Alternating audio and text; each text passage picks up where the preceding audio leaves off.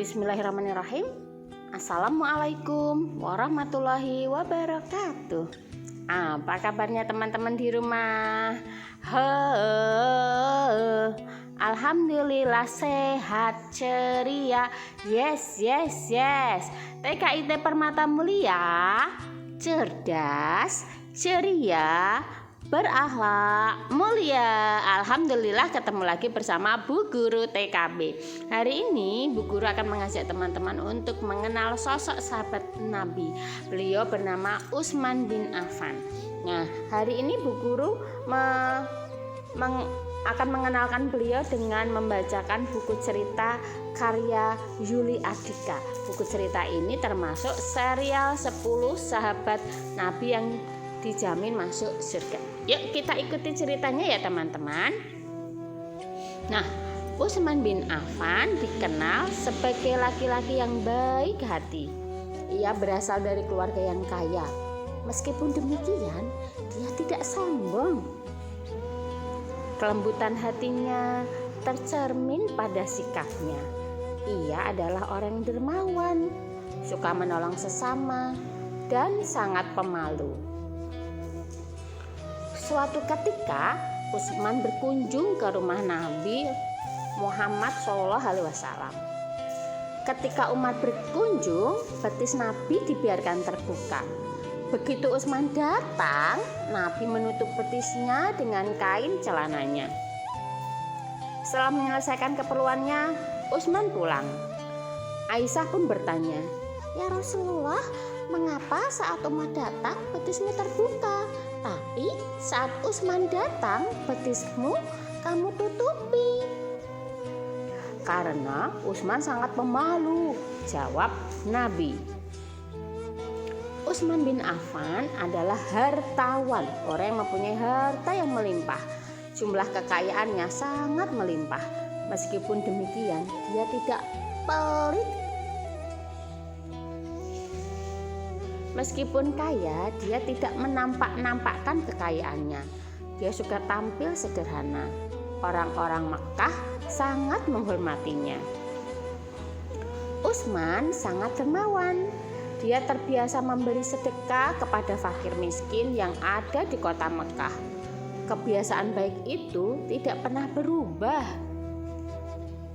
Utsman menjadi menantu Rasulullah SAW untuk kedua putrinya, Ruqayyah dan Ummu Kulsum. Maka sebutannya adalah Dzun-Nurain atau pemilik dua cahaya. Sejak Rasulullah mengajarkan Islam, banyak budak yang mengikuti ajarannya. Hal itu membuat mereka disiksa sama tuannya. Masya Allah.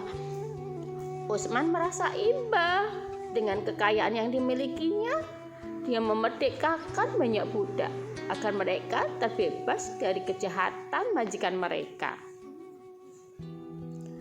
Kebiasaan memerdekakan budak itu terus dia jalankan. Setiap hari Jumat, Utsman memerdekakan seorang budak. Dia juga bersedekah. Dia juga tidak pernah merasa takut kehilangan uang untuk melakukannya. Hal itu membuat Nabi memuji namanya. Utsman disebut-sebut sebagai salah satu penghuni surga yang hidup di dunia. Suatu ketika, Madinah sedang mengalami kekeringan. Air bersih sulit diperoleh. Umat Islam dan masyarakat Madinah harus antri untuk memperoleh air bersih. Kaum muhajirin terbiasa meminum air Zam-Zam. Di Madinah, air sumur yang rasanya seperti air Zam-Zam adalah air di sumur Raumah. Tapi sumur itu milik seorang Yahudi. Ketika kekeringan, si Yahudi memperjualkan air yang menarik bayaran sangat tinggi kepada para muslimin. Hal itu membuat mereka resah. Utsman berniat membeli sumur itu untuk menolong mereka. Si pemilik sumur awalnya enggan, Tapi setelah mendapat harga yang sangat tinggi dari Utsman, akhirnya ia menyerahkan sumurnya. Utsman menyerahkan sumur itu kepada kaum muslim agar dapat diambil air secara gratis. Subhanallah. Nah, sejak saat itu kaum muhajirin dan masyarakat Madinah bersuka cita. Mereka dapat mengambil air sumur dengan gratis. Hingga hari ini sumur peninggalan Utsman itu masih ada loh teman-teman. Nah, pada masa Khalifah Umar radhiyallahu anhu pernah terjadi paceklik. Banyak petani gagal panen gandum dan kurma, sehingga persediaan makanan menipis. Warga Madinah terancam kelaparan. Suatu hari, puluhan onta yang membawa karung berisi bahan makanan datang ke Madinah. Rupanya itu adalah milik Utsman bin Affan. Bahan makanan itu kemudian dimasukkan ke gudang. Melihat hal itu, para pedagang Yahudi berdatangan. Mereka ingin memborong bahan makanan milik Utsman. Mereka menawarkan dengan harga yang sangat tinggi. Utsman meminta mereka membayar 10 kali lipat. Mereka tak sanggup, teman-teman. Utsman berkata, Allah lah yang sanggup membeli ini dengan harga 10 kali lipat. Maka makanan ini aku sedekahkan di jalan Allah. Aku berikan seluruhnya kepada fakir miskin. Ketika Utsman bin Affan menjabat khalifah, wilayah kekuasaan Islam telah meluas ke berbagai negara. Akibatnya, terdapat perbedaan bahasa dan dialek. Hal itu menimbulkan perbedaan dalam membaca Al-Quran. Perbedaan itu sering menimbulkan perselisihan di antara mereka. Bahkan nyaris menimbulkan peperangan di antara sesama umat Islam. Masya Allah. Para sahabat melapor kepada Khalifah Utsman. Khalifah menugaskan Zaid bin Tsabit untuk memimpin pembukuan mushaf Al-Quran. Acuannya adalah mushaf yang pernah dikumpulkan di masa Abu Bakar menjadi khalifah. Setelah selesai disalin, mushaf acuan dikembalikan kepada Hafsah, putri Umar bin Khattab sekaligus istri Rasulullah. Sedangkan mushaf-mushaf salinannya dikirim ke berbagai negeri. Umat Islam akhirnya kembali bersatu dan terhindar dari peperangan saudara. Alhamdulillah. Mushaf itu kemudian menjadi acuan umat Islam dari masa ke masa hingga saat ini kita bisa memegang Al-Quran. Nah, di masa kepemimpinan Khalifah Utsman, beberapa gubernur kurang cakap dan sering mengecewakan rakyat. Hal itu dimanfaatkan musuh-musuh Islam untuk menghasut rakyat agar melakukan protes ke Madinah.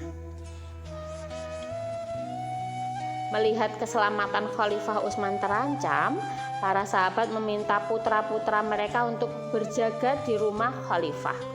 Namun, Khalifah meminta mereka pulang. Khalifah sendiri yang akan menenangkan masyarakat. Awalnya, para demonstran hendak kembali ke rumah mereka setelah bertemu Khalifah. Namun, keputusan berubah di tengah jalan. Khalifah Utsman difitnah. Masya Allah, sekumpulan orang itu kembali ke Madinah dan mengepung rumah Khalifah. Akhirnya orang-orang itu nekat memasuki rumah Khalifah. Mereka berbuat jahat kepada Utsman hingga beliau meninggal dunia. Khalifah Utsman meninggal dunia pada usia 79 tahun. Nah, itu teman-teman, kita teladani sifat-sifat Utsman bin Affan ya. Beliau orang yang sangat dermawan, pemalu dan lemah lembut, dan penuh tanggung jawab kepada Allah dan Rasulullah. Bahkan Rasulullah sangat mencintainya. Teman-teman, mulai hari ini kita belajar dari Utsman bin Affan untuk bisa ini tidak terbiasa untuk bersedekah seperti Utsman bin Affan. Barang siapa yang bersedekah, insya Allah akan Allah ganti dengan berkali-kali lipat. Yuk kita mulai dari diri kita dan kita ingatkan teman-teman di sekitar kita. Itu mungkin cerita dari Bu Guru. Semoga bermanfaat.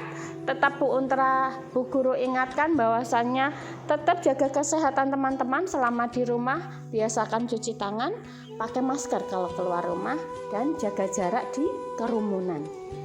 Begitu ya teman-teman, sampai jumpa di video-video berikutnya. Assalamualaikum warahmatullahi wabarakatuh.